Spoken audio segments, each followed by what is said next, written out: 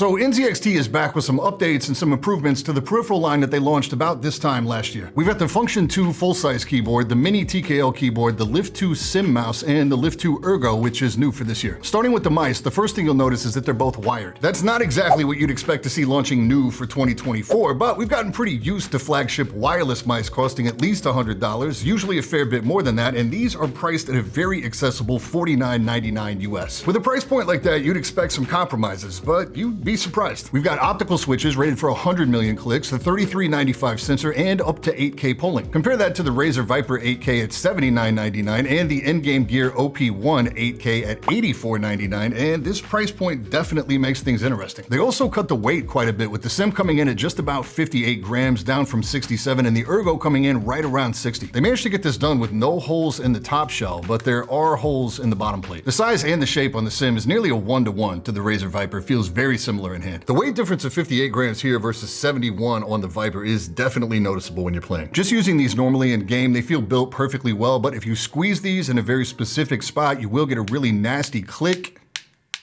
And both models do that. On both models, you only have side buttons on one side of the mouse. The cable exit only has a few degrees of incline coming out of the mouse body, so it's not perfectly flat, but it's not pitched way up in the air either. The cable's braided and it's pretty stiff, but there's not really a lot of drag here. You don't necessarily need to use a bungee with this, but I usually do when I'm using wired mice. The Ergo is pretty big. It's over 128 millimeters long, about 60.2 millimeters in the middle, and a little over 41 millimeters high. The interesting thing is that I've got a pretty big mouse collection here, and I don't have any Ergos in-house that feel exactly like this in hand. It feels lower, flatter, and longer than any of the usual suspects from the modern lineup. I actually really like this shape. I would use this in a lightweight wireless mouse. Both of these are really comfortable, and they've got little textured dots on the side for grip, but the coating here is really slippery. These are practically begging for some grips on the triggers, but there's none included. There's actually nothing in either of the boxes aside from the mice themselves. Mouse 1 and 2 on both have very little pre-travel, noticeable post-travel, but nothing weird on the clicks, no sticking, grinding, etc. They're really light, feel good. The scroll wheel on the Ergo feels really good. Smooth, light tactility, really light to depress. On the Symm, it's quite a bit noisier. It's not quite as smooth, and it is harder to depress too. Side buttons come out really far from the body, which is good, but they're not as snappy as some of the other offerings out there. The Ergo especially has considerable post-travel.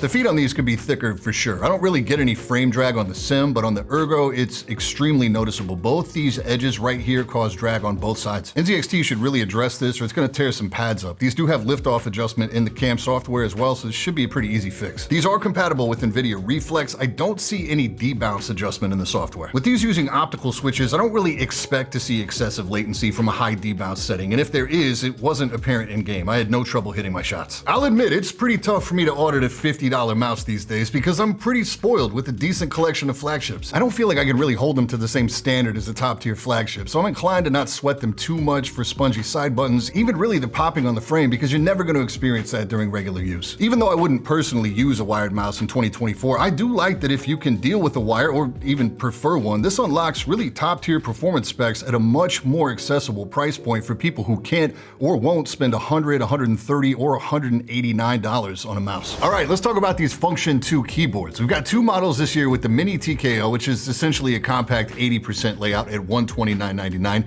and a full-size version at $139.99 for those of you into competitive first-person accounting. Outside of the magnetic wrist rest on the full-size version, these share a lot of the same DNA and accessories, so we're really gonna dial into this Mini TKL version because I really like this form factor. Both come with a thick braided USB-A to USB-C cable in white. Both have purple keycap pullers and a purple switch puller because these are hot swap. Well, kinda. This time around, they made the really interesting choice to go with Gateron optical switches. They call this variant the NZXT Swift Linear. What this means is you can only experiment with other Gateron optical switches, so no Hall effect, but also no standard Cherry MX compatible switches either because there's no pins on this PCB. That's gonna really limit people's ability to experiment with different switch types. They do include 4 each of a couple other linear variants so you can test different spring weights. The included Swifts are 40 gram actuation. These are factory lubed with a light oil, and they feel pretty smooth. Keycaps are backlit, double-shot PBT, and all white. This is an upgrade from the slick ABS caps that they used in the first version. These do have some texture to them, but to me, these have that OEM Alibaba feel that was big a few years back. The frame itself is a pretty minimal wedge with dual-stage flip-down feet and USB-C on the left. Thin bezels, and on the left side, you get a nice little rubberized volume roller and 3 switches for mute, wind lock, and RGB backlight adjust. This board is a floating switch design, so the top of the case doubles as the plate. I think this is steel, but it might be aluminum. It's painted white, which helps with the RGB, but if you are gonna hot swap, there's a really high chance you're gonna leave marks in the paint around the switches that will be visible along that bottom row. Stabilizers here have been updated from the first version. These are still plate mount, but they fit a lot better. They've got a lot less wobble. These are factory lubed, and being hot swapped, they're pretty easy to access if you want to lube these further.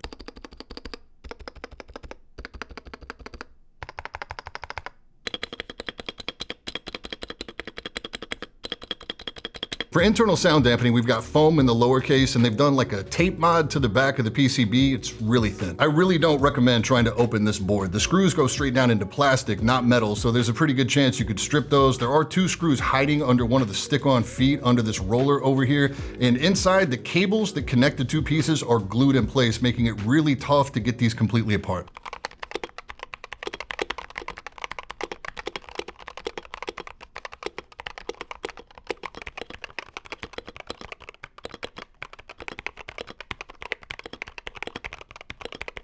So to me, this sounds like a basic budget gaming keyboard. The stabilizers could definitely use some more lube, and some sound dampening foam under that space bar would really go a long way. Inside the CAM software, you do have the ability to change the actuation point on these switches from 1 to 1.5 millimeter. The idea being here that the higher actuation point provides a faster input for gaming. This affects the entire board, so there's no per key adjustment here, and this feature falls well short of rapid trigger, which we see on the Hall effect boards. It's become so popular lately. I didn't feel anything meaningful in-game between the 2 settings. These keyboards also support polling rates up to 8,000 Hertz, just like the mice, and I didn't have any issue running both the keyboards and the mice at 8K in-game. Outside of that, the CAM software supports all the usual suspects: lighting mode changes, key remapping, and macro creation. For the value conversation, the keyboards are a little more challenging. This clean, minimalist, all-white aesthetic is the best thing they have going for them. Due to the switch choice and the case design, it really limits the potential to mod or customize these, so these are what you see is what you get. I do like the layout of the Mini TKL. You just don't see compact 80% very often. I don't even think Keychron has one. The closest competition is from 75% boards, but the modern gaming boards that execute that form factor very well come at a higher price. The full size has plenty of competition, but the Mini TKL, I don't think there is a direct competitor at a similar price point. I do appreciate the fact that they took criticism and improved from the first version, but the switch choice feels like a step backwards, and as is, these are underwhelming for me. NZXT has a pedigree for innovation on the PC case side. I would like to see more of that energy in their keyboard offerings. The mice, on the other hand, I think represent a solid stack of performance features and pretty safe shapes for a solid price. I wouldn't say they're moving the industry forward, but it is nice to see the more affordable end of the spectrum get some love. That's it for today. Thanks so much for watching, and I will catch you all in the next one.